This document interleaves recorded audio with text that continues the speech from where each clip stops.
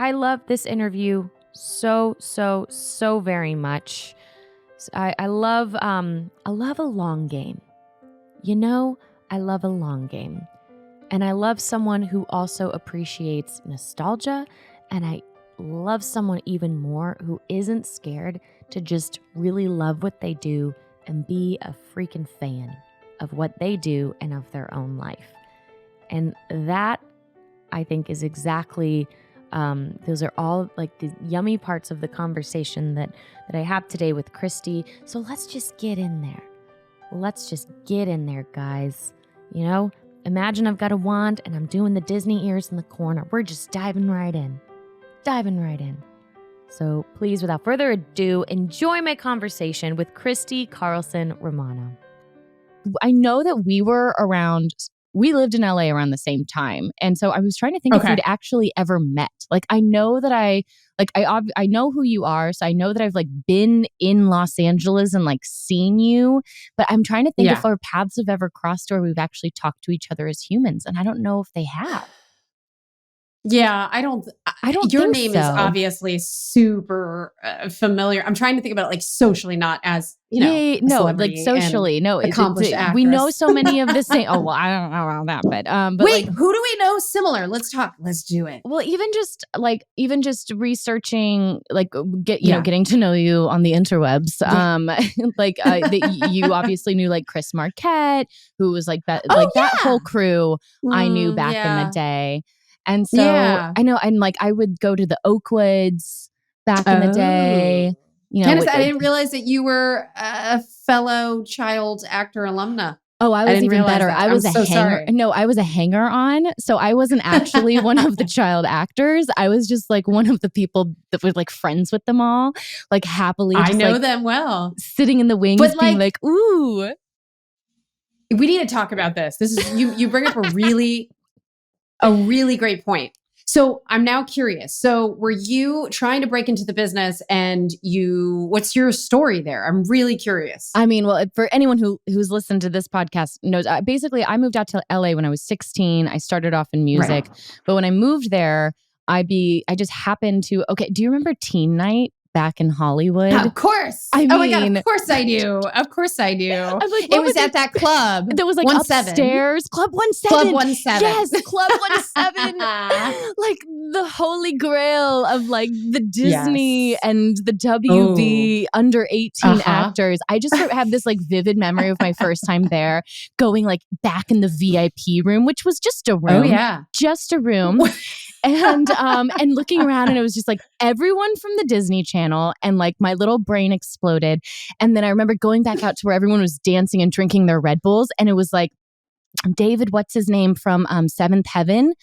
And he was like, sure, David Gallagher. Yes. And he was like making out with this girl who would become Megan Fox and like up against the wall. And I was just like, first time in Hollywood. And I was like, where am I? This is cooler than any high school party I've ever been to. It was 100%. That's so funny. You know, that is so wonderful though. Cause like, I think you make a really good point. So I always talk about this on my podcast where people don't really account for what we see in meme culture and tabloid culture, right? And it's like really the tip of the iceberg. It's like one of those things where it's like you see the iceberg on the top, it's like tiny, but on the bottom, it's like this huge like ice formation underneath the water.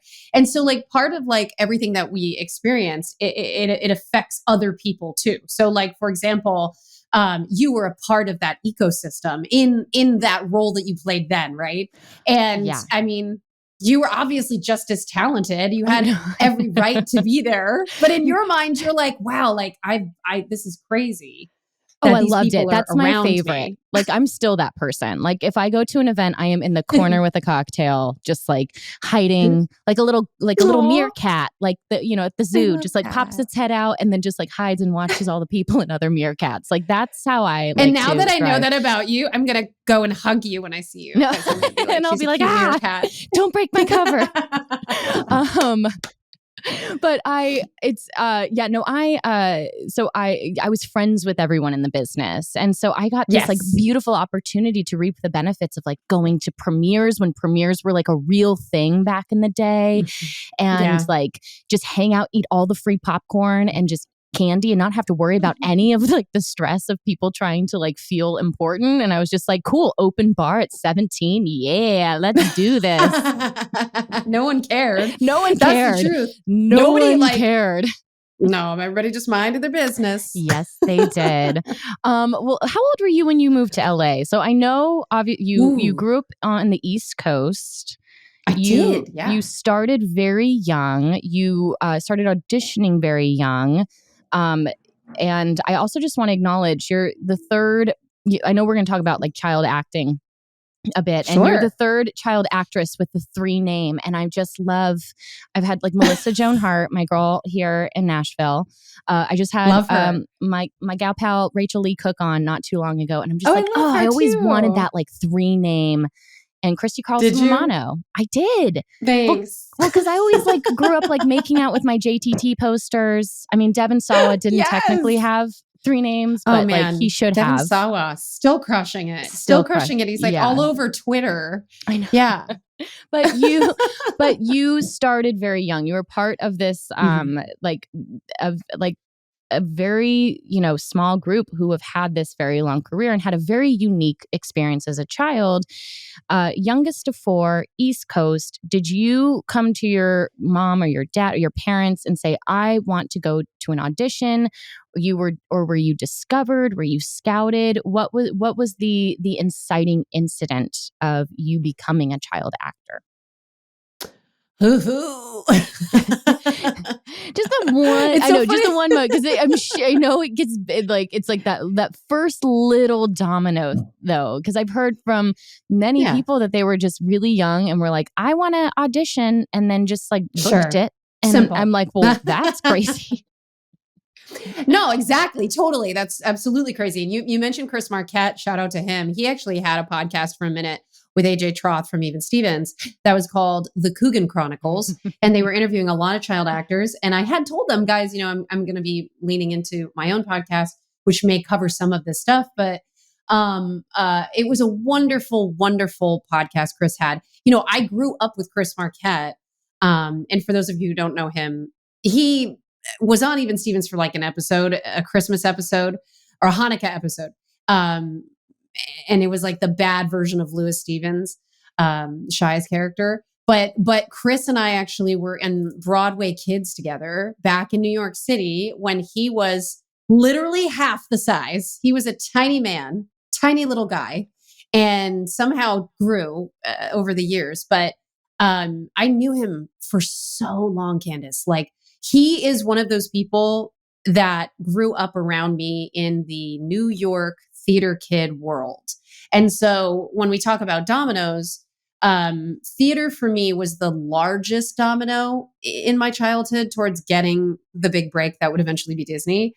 And theater is inherently what I think I tend to feel sometimes the most challenged to go back to, but also the most rewarding and comforting. But I started with dance competitions, because I was the youngest of 4, my sisters were all doing that stuff. And my mom would say that it was all for sports and stuff, but it wasn't, it was dance moms, it was very much a dance mom's world that I grew up in. And I started doing pageants, even when I was, already acting and doing theater. So it was always, the competitiveness was always sort of bred into the psychosis of what me being a creator meant. Mm-hmm. And how old were you when you moved to LA? Because I know you were working a lot in theater. You even traveled with a touring Broadway production. You had a very successful, very young career. And by the way, when we're saying that you did all this, you were like 7, 8, 9 years. You were a child. So I just want anyone picturing like you being this like sprightly 20-something-year-old. No. You were like Lisa Frank, I'm sure, rocked your world at that time. That you were very young in this very adult world. And that would obviously continue. So what was the shift between being on the East Coast to moving to LA? How old were you? Sure. So I had been an original member of a play called Parade, which is like killing it on Broadway right now. It's come back all these many years later. And I was 14 at the time. It was a Lincoln Center theater production, which meant that it wasn't like for profit. So when one of our producers went bankrupt, they had to fire us all and shut down the play early. And so for me, that had been my first big break as being an original, cast member on a Broadway show. And I was kind of devastated by that. But my mom was always like, okay, and then what? And now what are we doing? What's the next step? She was very much an Aries that way. And so she was like, we're taking the money that they gave us because they gave us severance pay. And we went out to LA. And I had been in the business, right, since I was 6.5. So that's all those years leading up to this moment brought me to pilot season at, 14 years old. And did you guys stay at the Oakwoods? Oh my God, that's such a good question. And so for anyone listening that doesn't understand what the Oakwoods are, it's like this infamous like place in the valley of Los Angeles, right by Warner Brothers studio in Burbank. And basically almost every young child actor that came through LA, usually with their mom, would stay at the Oakwood apartments because they were like this temporary short-term stay where you could also get all the furniture rented as well. Like I remember everyone called them also the Smoke Woods. They called it, like, it was a very unique place. Like you'd go into the little laundromat there and there'd be like Raven, Hillary, like everyone's picture up on the wall. Like it was the craziest, weirdest little apartment complex ever. I'm shocked. I mean, I think that they did some sort of a like 1990s documentary on that place, but it wasn't like there needs to be a real like expose on that place. So yes, I probably did stay at the Oakwoods, and I had about 10 auditions, one of which was Even Stevens. That was it. I booked that Disney pilot. And a year later, when I turned 16, actually, because I was like about 14 and a half, we were on the set as one of my first days as, this co-star on my own TV show. And so it was almost like, oh my God, my adolescence just blew by, but it was all of this like this learning and skill making and hustling that I had been doing for years and years and years and years and years, but in New York. So coming to LA was like, what is this place? Who are these people? What is like Hollister? What's this surf culture and weed smoking and stuff? So it was a very different person then. Did you have friends in the industry back on the East Coast or back in when you moved to the West Coast? Like, did you have other friends who were actors or? I didn't really have any friends. I think that having a stage parent that was as devoted as mine, I think it made it hard for me to understand how to socialize. I had friends in my performing arts school back in New York where I was still going and they were sending me, homework correspondence through fax at the time, because that's how fucking old I am. And so basically I was doing that homeschool with like a flagship school back in the East Coast. And they were great. I mean, that's what they were set up to do. They're the professional children's school and they're still there and highly functioning, wonderful school. And so I didn't see friendship the way that, especially when it came to kids in the business, I couldn't be friends with kids in the business. It wasn't even because I was competitive. It was because I wanted a normal life more than anything else. Did you have that though? No. Yeah. Did you think like, okay, as long as I stay away from everyone in the business, then I can like work my way to having also a normal life, but then also when you're working on, and I imagine, I mean, I didn't start working as an actor until 18, 19, which in Hollywood years is old. That's middle-aged as a young lady, especially back in that time. But that's middle-aged. I'm actually of age. Of age is middle age. I love that. But for me, by the time I actually was working and on a set, I did not have, I was not part of a machine. Whereas that I think is what is very unique to the years in which you were a part of the Disney making star making machine is a very unique experience from those who came before and those who have come after since. That you did not, the ones who are more recent have had the ability to control a version and a narration of their story without the stress of, I think, morality. I think everyone's kind of like grown from that and accepted that kids are going to grow into young adults, which I feel like your generation of like Disney talent did not get that opportunity. They just wanted to keep everyone and capitalize as long as possible and as much as possible. So I would imagine you were part of a machine. Like in my mind, it is not just working on a show. You're also there filming promos. You're doing all the extra spots. I mean, Disney is an entire network that they have to fill all those time slots. And so I imagine you were very, very busy during these formative years of your life where children are actually programmed to socialize. Like if we've learned anything from watching teenagers in 2020 and when we all had to shelter in place, that is going against their biology. Like you are programmed to need to socialize with other teenagers at that point. So are you able to look back and like understand now, like, did you have time to go make friends at that point?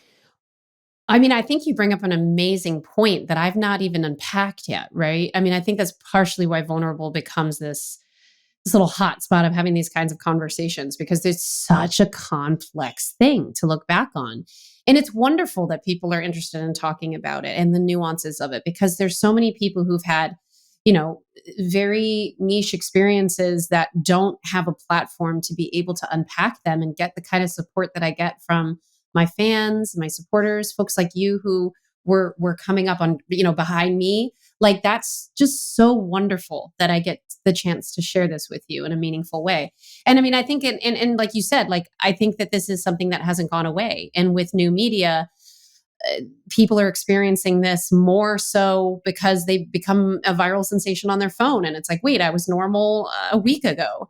And how do I deal with that? And what are the, we don't even know what the ramifications of somebody being TikTok famous when they were a teenager is, in 10 years time, or what that will do to their, chances at living a normal life, or the trauma that ensues from that. So I am very interested in how these all have sort of almost like a common thread, right? Of development. And there's a part of me that really wants to almost like go back to school and try to learn how to truly help rather than just advocate and unpack like what we're talking about. It would be so great if I actually, put my money where my mouth was and like really got a degree in childhood development or trauma therapy. So I do believe that I kind of took your question and ran with it in a different direction. So please remind me of your question just so I can answer it. No, but looking back, did you even have time to make friends? Talking about like, right. like getting there and like wanting to have a normal life and not wanting necessarily to have friends in the business. I mean, when I moved to LA at 16, I mean, it's not like I sought out to make friends in the business. I just like fell into this friend group and everyone knew everyone, and everyone, like if I wanted to hang out with my friend on a Wednesday, I was usually hanging out on a set or someone else's set. And then if, I was doing schooling online, or not online but I was doing the same thing what you were doing, like faxing in and through correspondence, and I had a buddy on a sitcom, so I would go and do school with him on his set so we wouldn't just be like alone. And I didn't even try.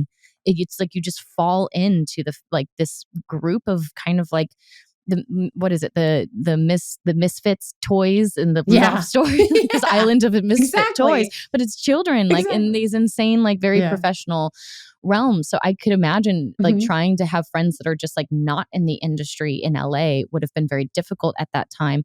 But would you even have had time to do that, knowing that you were on insane TV filming hours, like a lead of a show, and also doing your school?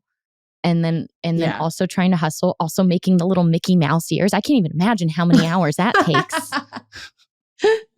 It was like an afternoon because we were the first people to do it. And I feel like I'm a pioneer of the Mickey Mouse ears. It's so weird.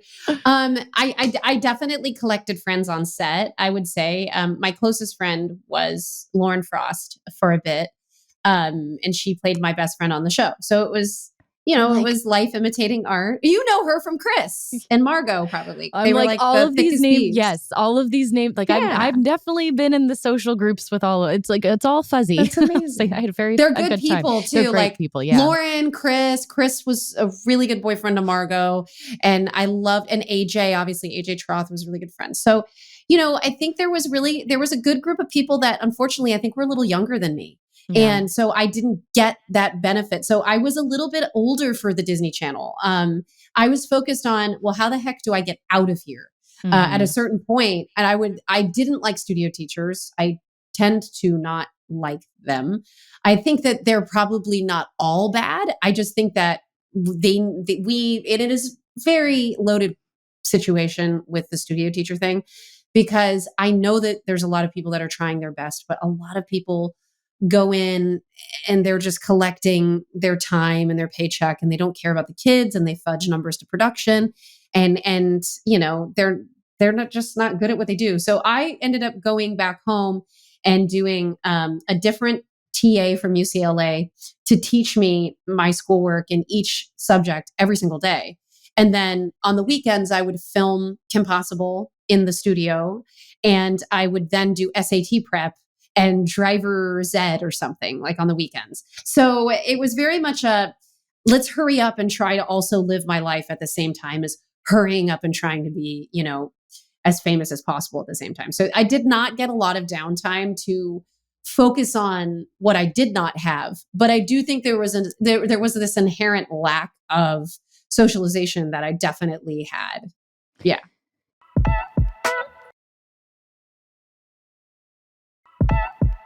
Did you like it at the time? Like now looking back, do you look back and did you actually enjoy it? Because this was also a very weird time in LA where like paparazzi culture was really big. I mean, we're talking like also the early aughts. Like it was a different type of like fame that everyone was chasing.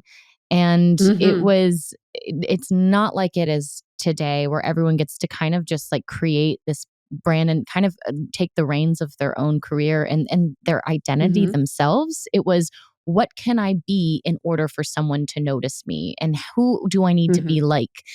And at a very young age, and also I'd imagine kind of the oldest young person on a Disney show where you're getting notoriety and fame, but you also are ready to be a young adult as well. But you have to kind of walk this line. Like, were you there enjoying it, or were you there going, but what's the next thing? But what's the next thing? And how do I be? What's the next strategy? What's the next move?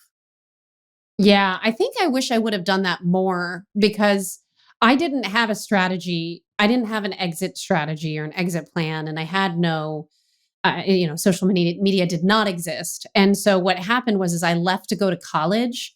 And even though Disney used me for Broadway, which was it was an amazing achievement at the time, I was you did Beauty and the Beast, right? I did, yeah. Yes, I was Belle for like 8 months, well, and you were not I the killed Beast. myself. I had a feeling you were not the Beast. I was a spoon number 2. Yeah. But there are no small actors. There are no small parts, right? There's no small parts. Basically, I was thinking more conventionally. I wasn't thinking about my brand, and I wasn't having an agent that was like, this is what you have to lose. I think I truly wanted to leave Hollywood, but wanted to come back to it like on my own terms. And the problem is that when you're, what I didn't understand, right? Because the Disney machine, as you know it, is you get off the show and you already have 3 or 4 different projects lined up. Whereas I was like, what? I just got a series. I'll figure it out. Like, I'll go to college. I'll be like Claire Danes. Like, I'll just do whatever I want to do. But that's not how it works in the early aughts, early Disney machine days. You needed to be like there, willing to do anything with your image and date somebody so that you could be seen in a certain light and appealing, and go immediately to like Maxim, and like all of that stuff used to be very much the pipeline of how to become a young woman in Hollywood. And it's true. Even when I had Melissa on, she talked about her Maxim cover that like threw a big wrench in it. Like these are actual things. I was 17, 18 being told at my, like a record label that like they would give me a release date when they saw me in a magazine on the arm of someone they thought was important. And like, these were conversations. Weird. Yep. So these are, it was a different time. So just so you know, That's the crazy everything thing that you're saying, yes, this is, I understand. I heard that language. I still don't understand it, but it was being spoken to me and many other young women as well. We were just like, what? I think all of us collectively, I really wish we would have all gotten together or had like women's support meetings or tween actor, or just like, did your guy tell you? Well, maybe we should say fuck off to all these guys. I don't know. Yeah, it was tough. So you go to college. I mean, the intentions of this podcast, the idea of a Superbloom is like all the magic stuff happens in the dirt and from the rainy period. And on the other side is the blossom. Now, every time I have a guest on, there is not always that is not always the through line, but I was so excited to sit down with you today because I have had I opened this podcast series with very much just admitting that I've been in the dirt. And so I was just so excited to get to the dirt with you specifically, because I think it's so beautiful what you've done recently in your career. And but I want to talk about this really yummy period of life that I'm sure while you were in it was maybe a little bit more stressful and not necessarily yummy. I love that. Yummy. but you exit the show. You've had this great career on the Disney Channel, not only on the series but movies, animated series. You've become you're face of the network for really prominent years. And you do decide to go to college.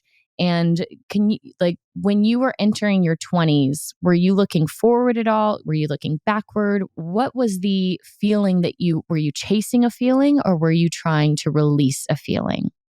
So yeah, I do believe that I was chasing the next thing. I think that comparison really disconnected me from my creative purpose and my drive. There's an article I wrote for Teen Vogue called My Private Breakdown, where I started to become vulnerable with folks by writing this article, right? And I talk about tapes that start to play in my head around this time that you're talking about right now.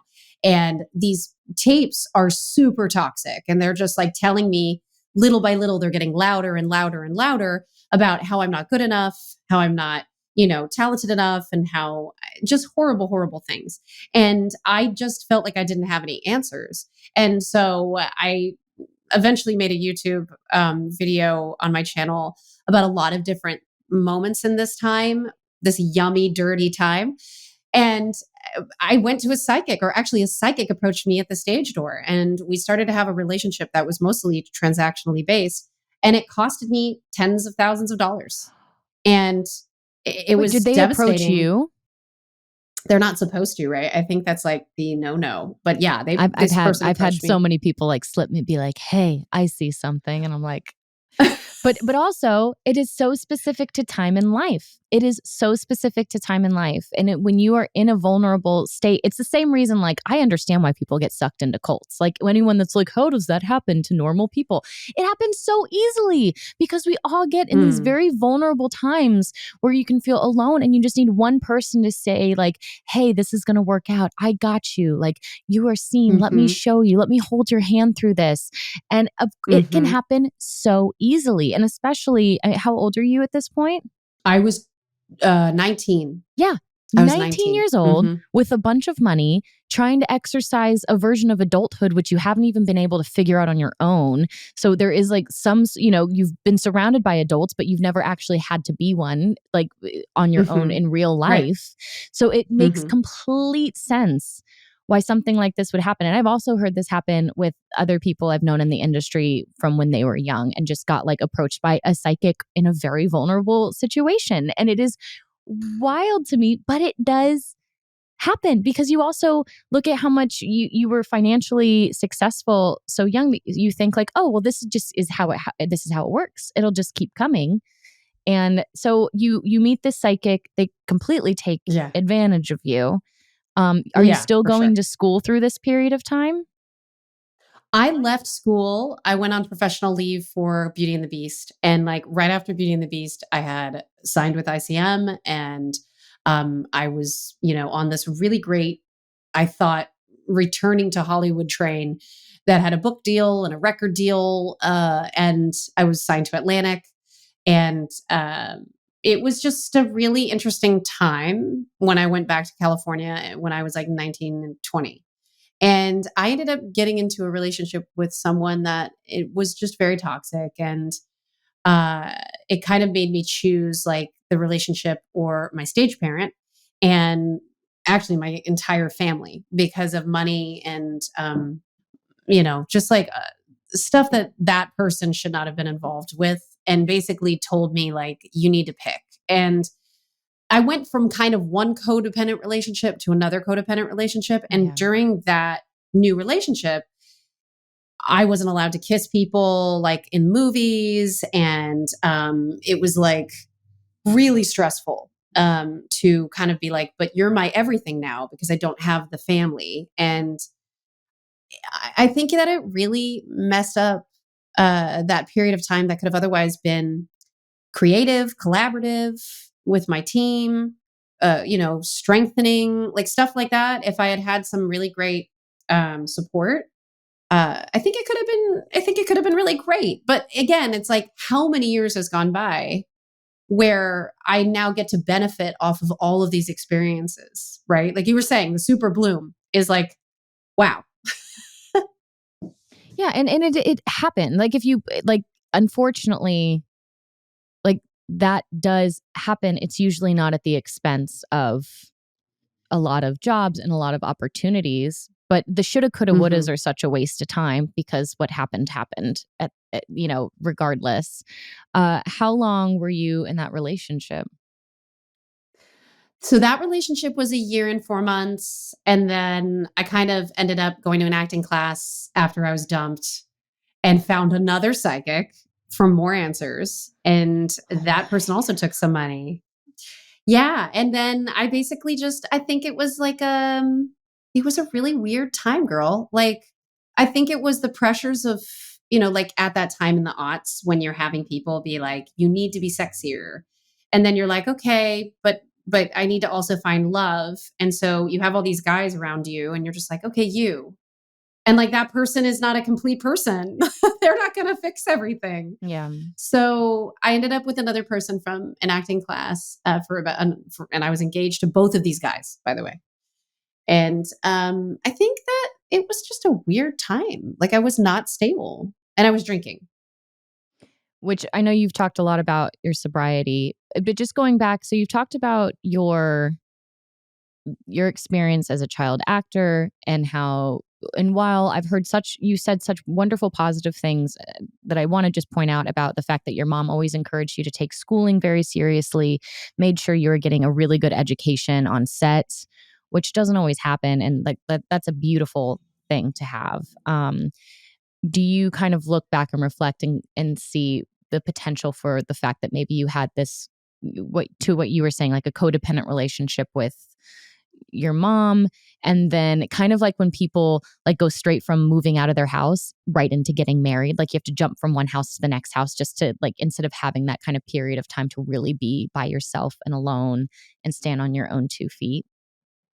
Yeah, I think that I jumped around a lot and tried to find a lot of support from a lot of different people. And I eventually did find my support system in my husband, and he's now my producing partner. And he's everything that I could have ever hoped for. And he wasn't perfect when I first met him, but we've built something together. So I did find what I was looking for. That's yes. the later alert. And later on. Yes. And later on. Yeah. When you were still in LA, because I know you ended up going back to school, but in LA in that period of time, like I think what drives me nuts sometimes now, and especially like, I'm fine with it. It's more just like, come on, it's the most redundant question. But when people are just like, what are you doing? And what's the next thing? And what's the next thing? Oh yeah. And of course it would be lovely to be working on a film set all the time. But I also know that like I've always valued, like from day one, I know that I've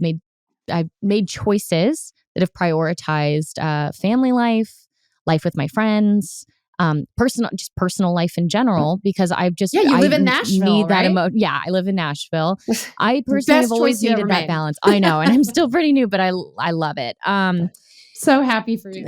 Thank you. Thank you. It's been great. But, you know, in that period of time, were you still working? Were you trying to what was your state of mind at that period? Were you still trying to chase this kind of false narrative of what other people told you needed to be? Because I feel like I went through a period of that in my, mid 20s, and even once again in the show that I worked on a series for 8 years. And when that ended, I had the identity crisis of just like, now what? I feel like this is a path I should be doing because this is what people will think is like shiny and fancy and like what I should be doing. But this is what I know I need to do. But then where does the want fit into both of these? And it takes a lot of time to sort through it. And I experienced all three versions of that. Like definitely lived in the should breakdown. But were you going through a period of like what you should be doing by like what people think, famous Christy from the Disney Channel should be doing to establish her new career now, like what you should be doing to keeping up with the Joneses? Were you happy being in the business? Were you still filming? What did your life look like in this kind of in-between period of time? So I really did love being on set. I'd say up until, I don't know, last couple of years, I wanted to be a director. And when I went to an acting class and they started teaching us production and how to put ourselves on tape for things, I realized, with certain assignments they gave us, oh, wow, directing's really great. And then I had dated a director and I was like, oh, like I can do a better job than he can. So I should do this someday. And so there was these like little like bits of like feelings of, wow, I could do something, right? Like I felt like, well, I could go back and finish my degree and I could go back to theater and I could have a very different lifestyle. But there was something, and people generally were like, you can never leave LA. You cannot leave LA. If you leave LA, you're DOA. Yeah. And I felt trapped without knowing that I felt true. Do you know what I'm talking about? The first year that I filmed The Vampire Diaries, we filmed in Atlanta. And so I went to Atlanta, which I loved. I had family there. We had the best time ever. Like, it was great. We were all working. We had a fantastic time. And I went back to LA for the hiatus summer for a little bit and took some generals. And they were like, what do you do? In these general meetings, you go into an executive's office and you meet with like a very big executive at a network or a studio, and just so they can get to know you, for anyone that doesn't know what it is. And so I'd go in and they'd say, what do you do out in Atlanta? Is there anything to do? I'm like, yeah, it's a huge corporate city, like Delta's based there, Coca-Cola. Like, it's a very bustling, like major city. It's not like Marfa, it's Texas. Not, it's not a tiny town. It's pretty freaking like huge. So, and then now it's like another mini Hollywood, which is hilarious now. But it was, there was a period of time where people were like, you live in LA, New York, or like London, and that's it. Otherwise, I don't know how to talk to you. What do you do? It's a really confining thing. And like, granted, I was hopping around LA and New York a lot because my family's from Connecticut. So I would go into New York and I would try to do things work related, but also like commute back to my house in Connecticut. And so, I think like eventually after I got that one relationship out of the way, I reconnected with my family. And I think I did have a healthier relationship because I had set a boundary where I was like, you can't cross this and I can't have you in my professional life anymore. And with that was very hard. Who was your manager growing up? Yeah. Which was very common. I would say she was my personal manager because I had a manager at Burlstein Gray, and he was very passive and very sweet, but like wasn't aggressive and didn't strategize at the time that he probably should have. But he was also not a problem. You know what I mean? Like, he was a nice guy. And my mom didn't know what to do either. So I felt like she failed me. So I think that's why when I was so capable of setting this first boundary I had ever made in my entire life against my family, it felt like such a tragedy it felt like a death of each family member. And I had to live with that every single day. And so, when that relationship ended and I was 21, I think that's when I started binge drinking. I'm trying to think. No, that's not true. I binge drank in college too. I was definitely like in the early 2000s, if there wasn't a song that was about going to the club and doing shots, I don't know what song it was. Like it pretty much was drinking, and the culture of alcoholism was like everywhere. Kesha, I mean, you're you talking name to it. someone who got her fake ID on Alvarado Street it was a Washington Oh, me ID with an too. Iowa address. It was. Where did you? I got it taken though at Alvarado was where everyone went to go get their fake IDs. Yep. I'm sure you could probably still go there, but don't. Don't don't get fake IDs and drink, illegal. Children. Yes, and they're much harder to like fake now. I would imagine, and also, I think that's like way more serious. They're way more serious about it post 9/11. And I went with my brother, and I was probably like 20 or something at the time when I went, and we went to the Sunset. What's that thing with the mechanical bull? Oh yeah. I know. Oh gosh. For anyone listening, it was featured in Sex and the City. I feel like everyone's back there now. It's like the Sunset Saloon. No, Mel, do you know what we're talking about? Saddle Ranch. Saddle Ranch. And it's back. Everyone's going to the Saddle Ranch again. Fucking Catalina wine mixer. So yes, it's Saddle Ranch, and this guy, and my brother was with me, and he was able to get it back actually because my brother and I are still close, but he visited me, and he would want to, use me as a wing woman a lot of times. And Saddle Ranch took my Alvarado ID. So I feel Have you seen the Disney Channel? Need my sister. You single? Exactly. No, that's very funny. No, Alvarado. Yeah, that's where everyone was getting their fake IDs. The drinking culture was definitely much different. And I feel that even like I was an adult in a project I did, like a real grown up where there were like young people, and then I was like the old person. And and they're all of age. They were all in their early 20s, mind you. But I just was like, are we all going out? Like it's Friday night, and my kids are back home, and like and everyone's like, no, we're all getting rest. And I just was like, oh yeah, that's what your generation does. Good for you. That's a thing. Good for you. Because they're stressed the fuck out. They are so stressed out, Candice. They have like, oh my God, these Gen Z, it's just so hard. Are you Gen Z? No, I'm a 95. millennial. 95. You are a millennial. Okay, you're great. Oh yeah, no. I'm an 80s baby. No, yeah, no. Great. We're so we're millennials. Yeah. I'm an elder millennial though too, which is terrifying. How old are you? I know. 84 was me. You're 84 years old. No, you're born in 84. I feel 84. Yeah, I was born in 84. Hey, Martha Stewart is 81 on the cover of Sports Illustrated. So I am Can ready. We get some I am ready. Her. I'm like, bring it on. Let's do it. But Candice, I love her so much. I love her. It's so much. I shouldn't, but I do. She went to my college. I just want her to smother, like next Sports Illustrated, I want her like smothering caviar all over her body like it's sunscreen. Like the way she posts about caviar is just my favorite thing in the whole world. It's just all day. She's just always eating caviar and posting thirst traps. I'm like, that's the new goal. Yes. That's the freaking goal.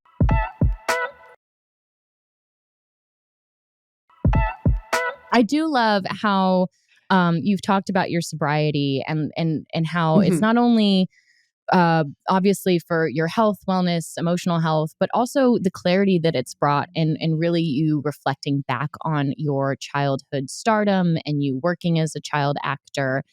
Can you talk a little bit about especially I think it's important when women talk about sobriety because it is so ingrained in female culture, like rosé all day. And I've had, especially coming off of 2020, I feel like more and more women are talking about, their relationship with alcohol. So can you share a little bit about, when you realized you had a relationship with alcohol that did not serve you and then also about how that started connecting you with, reflecting back on your younger self?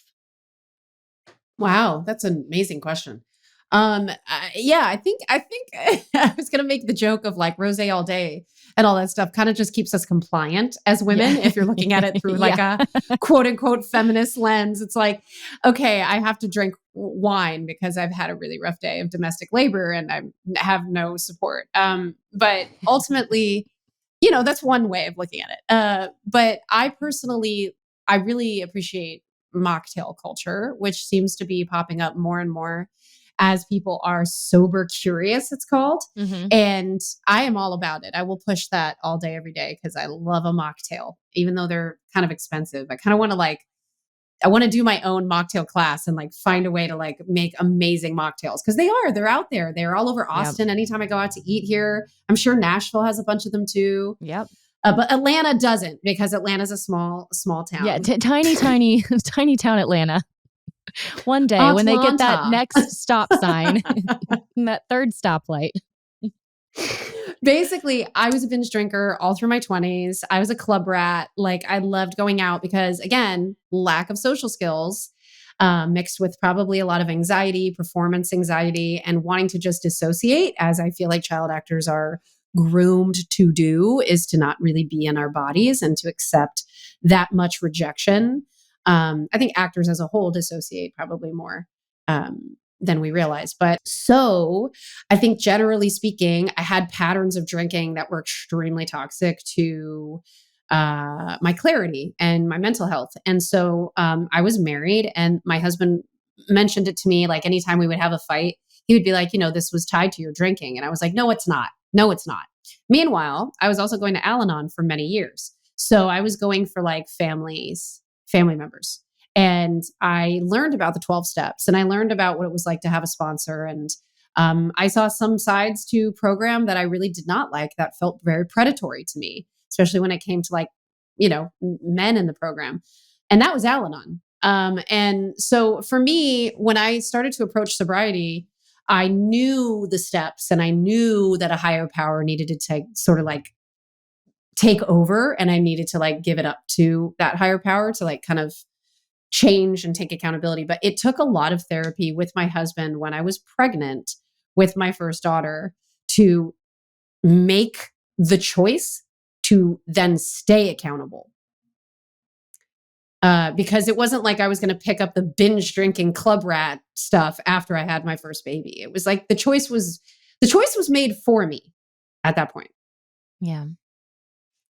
Did you start having when did you wake up one day and really start examining or just having thoughts more about your childhood and the experiences you had as a child actor and in a realization of a disassociation in those moments that are usually very present for a lot of people?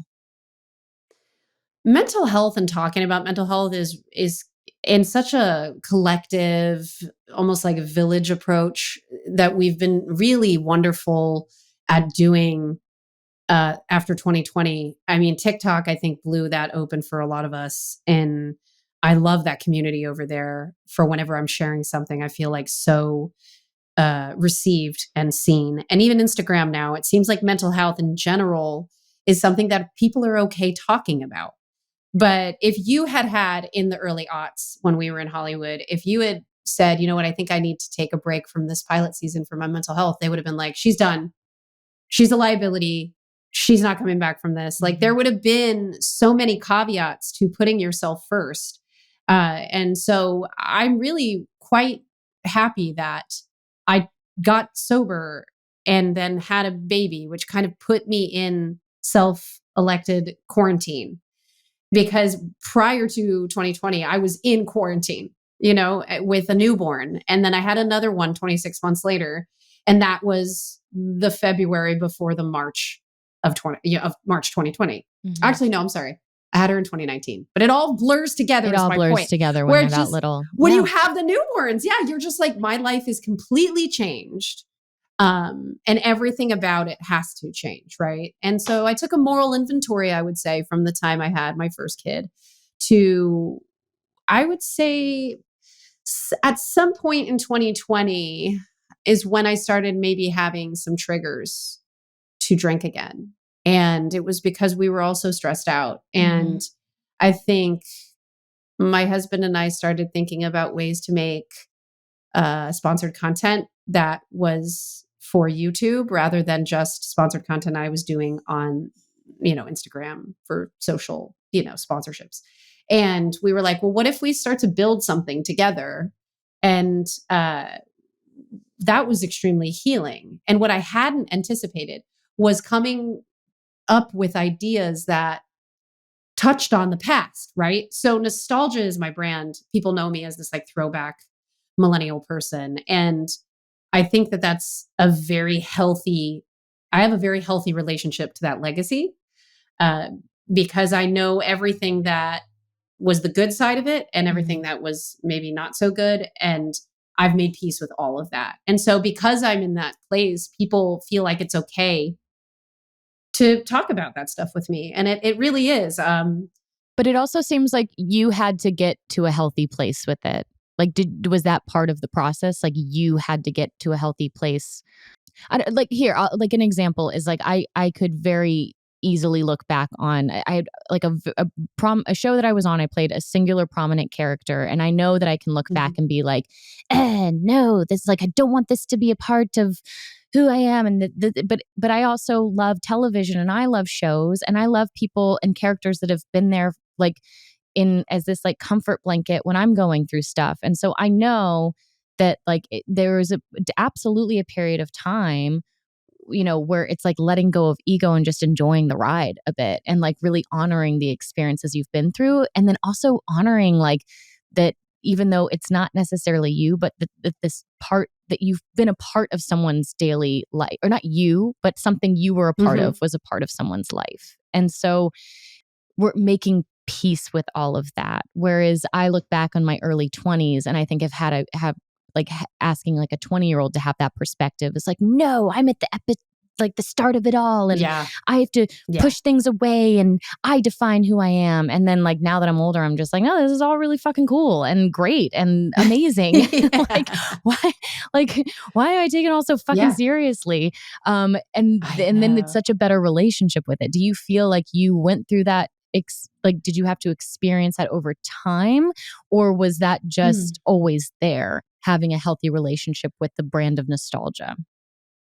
Dead on. I definitely love when people come up to me and they're like, "You're my childhood," because what I found about people that come up to me is that they revert back to their childlike wonderment of Disney and like, I guess the moments that I touched them in a positive way. So I can't help but feel very motherly to my fans. And like with that, I'm like, I want to hug you and I want to, so I'm very, I was always like that. And to like Shia, Raven, and Hillary's credit as some of the OG Disney stars, they've always been good with their fans. I don't know about Shia. I think he's like punched out a few people, but I think they were acting crazy to him. So, but in general, like with our fans, it was something that was very special to us to be a part of their lives from day one. It was sort of like part of being part of the Disney machine. Is like you could touch these kids in a way that no one else could. So all of us never took that for granted, to my knowledge. And so I carry that with me. But I did feel forgotten. I will tell you that I felt forgotten for a long time. And especially when you see these, every single week, there would be something that was like, where are they now on BuzzFeed and or one of the other ones. And it was just kind of like this narrative, like, like you would be a part of that. Yeah. I would be a part of that. Yes. I would be one on the list. And then I would have to say to myself, oh, why am I not the first on the list? That means I'm not as prioritized. It's like, even in the failures, you're like, I need to be the best failure.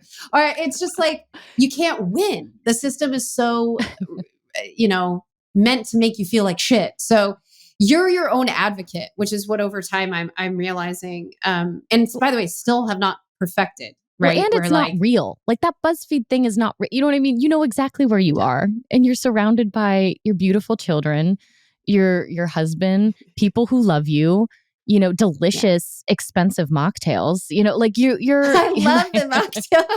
But like, that. And I think that's the slippery slope, is like also realizing like how it's not real. Like that's all just, it's none of that is real. It's so baseless, but it's easy to slip into that mindset, especially when you've grown up thinking that like that is real, that like the burn book is a real thing, that like that's like the Bible, like where Us Weekly back in the early aughts was like the Bible, and it was this holy scripture of Hollywood that everyone had to grace the pages of, and it was all just entertaining bullshit, which I still gobble up and think is fantastic because I know it's not real.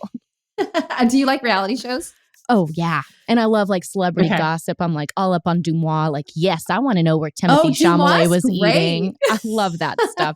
It's my like mental meditation that's just ridiculous. And so, but yes. But going back to like, you would see yourself in like this, where are they now? But like reclaiming that narrative for yourself. Did that happen overnight, or did it take time when you're really exploring this like brand of nostalgia that you've really, I think, not only created a wonderful place for people to come up and say hello to you and give you a hug and kind of embody this childlike experience that doesn't happen in these really, really, it's a wild world out there. So it is nice to indulge in like childlike moments where we just get to experience like this pure moment of joy, but also in like leading up to your podcast, like really being vulnerable with people in these YouTube videos you've created, like your walk and talks where you're telling stories about, with the psychic, or telling stories about, that you had this record deal and then it went away, and bringing back people from the Disney years on your cooking show and giving this wonderful safe place to like walk down memory lane and be like, yeah, fuckers, we are here and we have wonderful lives. Like they just, did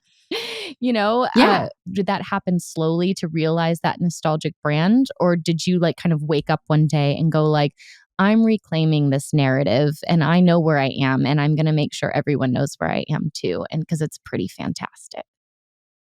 Aw. I think it started with Comic-Cons where, again, we were doing sponsored content already as I was building my Instagram presence, which still isn't even that big, but like TikTok, I've got 1.1 million, and it's so wonderful because with Instagram, it was always like, if you hit 1 million, you're going to make a lot more money for any kind of sponsored content that you can make.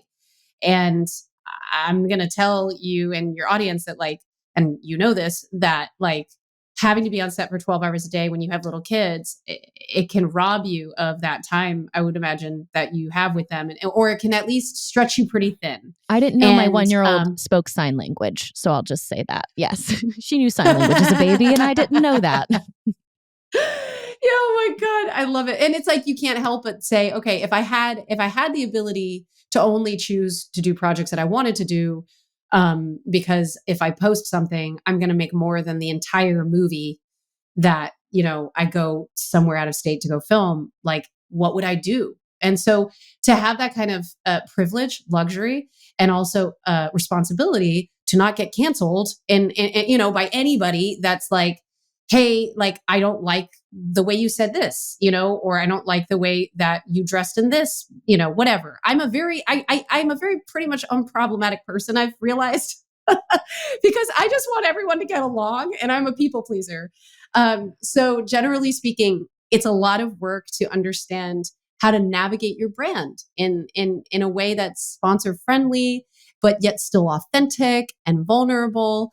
And, I've had to make some choices, I find, in talking about, Nickelodeon, and sometimes I mention Disney, but generally speaking, I believe in Disney magic and I believe in so much of what they do that I'm not one that's going to like be like, oh my God, like F Disney, blah, blah, blah. That's not what I'm doing with whenever I talk about my past. But there is a system that I like to talk about when it comes to child labor, and that really doesn't have anything to do with them. So that's a risk. You know what I'm saying? Like, there's risks that I take in my brand, but over time, I guess what I'm trying to say is how I realized at the Comic-Cons that people are like, where are you? What are you doing? How are you doing? What's your life like? And I said, okay, well, if I started a YouTube channel, there would be a way for me to reconnect with my fans because I did feel forgotten about. So it was kind of like, wow, could I actually like have a fan base again? Like, is there a way for me to exist and be on people's minds in maybe a larger way? I had very little expectations going into all this. Like, I didn't think that I was worthy of people's views and clicks and stuff like that. I was just like, what do I do? Sign me up. Let's get creative. And you did it very well. And not to mention, not even just in the social media atmosphere, but also podcasting with your Vulnerable podcast and also your podcasting company, PodCo. What was it in the last week? You had like top 3 within the top 10. You guys had 3 podcasts within the top 10, just crushing it. You want to share with our audience a little bit, just your a few of the other podcasts that you guys represent? And absolutely. Oh my gosh, I'm so excited. I knew the Lawrence brothers back in the day too. You did? Oh my gosh, they're so sassy. I have like some sort of like a disposable camera photo everyone that we've been talking that I would just always take a disposable with me. But it's just so funny. I just want to say this. I know we would have been friends. I 100% can call it. We would have totally been too. Yes. I mean, I was trouble. I was also at the clubs. I was a club rat back in the day. Just girl. I mean, at all of them. Essex, when Spider. Oh yeah, Voyeur, Hyde. Yes, Hyde. Girl. And then Paris Sunday Hilton's night jazz Halloween nights. Party. Sunday night jazz nights at Guys was still my favorite. Do you remember? I didn't. I think. Yeah. Well, I was drunk. A lot of things in a lot of places in the West Hollywood area blur together. I'm like, was that a gay bar? No. Okay, I don't know. Okay, but back to the Lawrence brothers and PodCo. Yeah. And you guys have been crushing it. Now mom life is real. I live in Austin, Texas. And basically what I do is I do Vulnerable in person at our studios in West Hollywood. And we decided that we wanted to start making more podcasts because and you and your husband, you do all this together. Yes. It's my husband, the white knight guy, who I inherently am like, damn it, why'd I have to find a white knight? Why couldn't I have done it on my own? But he's amazing, girl. He is just like, I mean, I love him. I really do. I love him. He works so hard for our family, and he's so creative that he's the one that truly bedded down with me and said, what is your brand? What do you want to talk about? You are valuable. Let's give them what they want. Let's do it. And I was like, I'll take the risk and okay, let's go. And I never looked back. And I put my hand in his and he's made it happen for me this whole time. And so I have to give him his props because, not every guy is shitty. There's some good ones out there. So basically we started PodCo. We went live with it, I would say a little like 4 or 5 months ago. And we have the idea behind it that we're creating iconic conversations and iconic moments with iconic people. And we have this great logo. It's super colorful. And we have some really great rewatch podcasts currently, but then we also have Wizards of Waverly Pod. And we have Ned's Declassified, which is their rewatch podcast. We have Vulnerable, which is not a rewatch. And then we have the Brotherly Love podcast. And that's with the Lawrence brothers. So PodCo is about to be featured here in Austin at the Austin TV Festival. And all of my hosts are going to fly here. And I'm throwing a party because I'm just like so excited. I'm like, they're in Austin. Oh my gosh. You know how when people come to visit you, you're like, oh my gosh, they're in my city. And like, I'm so proud of it. And I just want to like, oh yeah. No, I have a bunch of friends that'll be in town this week. And I'm like, okay, so what time do you land here? And then on Saturday we'll do this. And then we can do hiking. And then we can do this. Like I've already got like all the dinner reservations. So cool. I love that. There's some good food in Nashville. There's some really good food in Nashville. Austin too. Yes. I feel like all of California went to Nashville or Austin. And then all of New York went down to Florida. Yes. And now either they're regretting it or they're staying. Yeah. And now we're all just like fighting for our political rights. But that's exactly. For a different podcast episode. Oh God. I was like, we're all just like, yeah, but that's a whole other episode. Yeah. but you're Superbloom.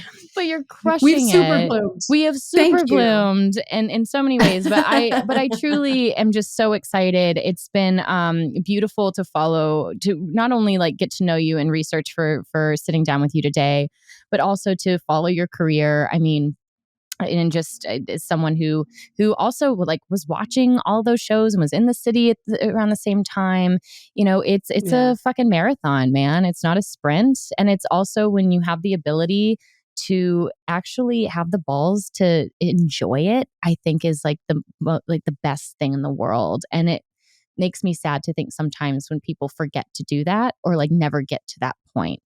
And so I just want to commend you for just like enjoying it and having like just where like you are exactly where you are meant to be. And that is all because of you. And yes, it sounds like you have a wonderful, you know, white knight husband, but also make sure to give yourself some credit because the work that you've not only done professionally, but the work that you've done for yourself and then been willing to share with others about like your ups and downs professionally, your sobriety, your, you know, sense of self. And I think is like that's the really beautiful thing that people not only respond to, but that helps them and encourages them as they walk through their own life too. And so well done. Girl, that's why we would have been friends. See, because you would have told me this. Anytime. I got you. Well, as we cool down, I always like to ask my guests 5 last little remaining questions. It's just like easy breezy word association or the first thing that pops in your mind, a sentence. But all right. So tell me, Christy, what's something that you like? Baths. Are you bubble bath oil, bath salts? Bath salts. Epsom, or what is it? Yeah, Dr. Somethings. Yeah, the one doctor who's just crushing at the salt game. Yeah, it was like giant. Yes. Dr. Salt guy. Dr. Salt guy. Okay, something that you know. Nothing. Perfect. No. I was going to say no, nothing. No. Oh God, that's a trick question, girl. Anything. What's just something that you know? It could be the smallest little thing. Something that I know. Like I know that sugar ants will always come in when it rains, and they will be the thorn in my side for the next until I just remove them from my house again. Oh my God, this is such a great question. Why is it stumping me? You've stumped me a couple times today, Candice. I did not anticipate it. Oh, girl. What do I know? I know because I'm a Pinterest addict, that if you put essential oil on a Kleenex or something and you put it in between the toilet paper roll, that it will be like an extra added air freshener in your toilet area. That's amazing. I love that. Pinterest. See, I didn't know that, and now I do. So thank you. Something that you hate. Hate is such a strong word. I know, and I don't use that word. This is the only time where I actually really allow for that word because it's I know, me too. Yeah. It's something you H-A-T-E. I know. I say we don't hate it. We strongly dislike it. But in this instance, I feel like for adults, it's nice to be able to say like, I hate it. Like I hate blue cheese. I am 36 years old. I have given it a million shots and I will never like blue cheese and I will never like uni. And I have done all I can to try to like them. I was going to say uni. I was going to say uni for real. Well, now that you took that. Oh God. How many times have you tried uni? How many times have people been like, twice? No, you haven't tried this uni. Yes. You're like, it's so expensive. And I'm like, it still sucks. Like, why? Now it's like, every time. Every time. All right. I get that. Okay. Something that you love that is not your children or your family or your friends, but something that you love. I know. Oh God. Amazon. It's bad. I know. It's bad. I know. Every time I'm like, I'm going to delete it. I'm just going to delete it. And I'm like, I can't. What? That's just crazy. You can't quit it. You wish you could quit it, but you can't. I'm on a hiatus from Postmates. I had to delete that for a minute. I feel that. I feel Postmates is amazing because it's too good. This is a shout out to Postmates. You can sponsor this podcast. Sponsor Postmates. The heck out of her. She's awesome. And then I'll sign back up. But right now I'm having to take a sabbatical because it's too good. But what is you love Amazon? Okay, and then last but not least, what's a quirky little fact about you? Oh my God. Quirky little fact about me. I'm really good at dialects, right? Like, Really? people don't know that I was the voice of Kim Possible, and so I'm a voice actress and whatnot. But like, because we didn't really talk about that, which is not important. Don't worry about it. But I think that I'm a very good a mimic of dialects and like voice matches. So I've done like voice matches for Kristen Bell. And I've done some really random voice matches, but I have to like be in the studio and I have to have the sample and then I line it up and I'm like, I just am really good at voice matches. Yeah. That's amazing. I am the Little opposite. quirky. Like I am awful. Like recently I had to even send in an audition to like have a bad fake British accent. And it was still like, I was like, I'm sorry. Like it's not even like, it was so bad. Can I It's like, hear your are you fake even British trying? accent? No, you cannot because it is disrespectful Oh, to British man. people. It's so bad. She's kind of British, maybe Australian and a little, is she Scottish? Is she a drunk Scot or just trying to be British? We don't know. But it's bad. But I so want to that hear is a that great when I come quirky to fact. Nashville. Perfect. Yeah. We'll go out for mocktails and I will Yes, just please. impress you with my British accent. Christy, it is so nice to finally like actually meet you and hang out. Thank you so much for joining me on a Superbloom, and this was so fun. This has been a Superbloom podcast, hosted by me, Candice King, produced by Melissa D. Montz and Diamond Imprint Productions, and advertisement partnerships with Acast.